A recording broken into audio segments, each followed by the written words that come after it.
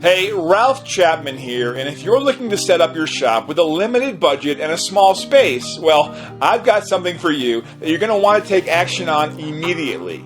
It's a free video presentation where you'll discover the 3 most common mistakes made when setting up your shop.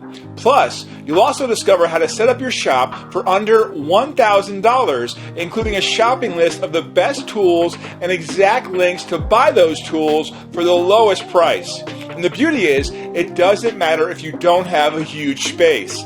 I've set up shops as small as 8 by 8 feet.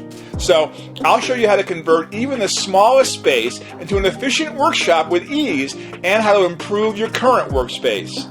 This is going to change your entire perspective, your entire approach when it comes to shop setups. So go ahead, click the link below and watch the presentation now. You're absolutely going to love it. I purchased Ultimate Small Shop because I'm newly retired and I'm attempting to set up a shop in a home we recently moved into. Now, money's always an issue, but more important to me is the subject of time. These are the 2 things that I think are so important in this guide that Ralph has put together.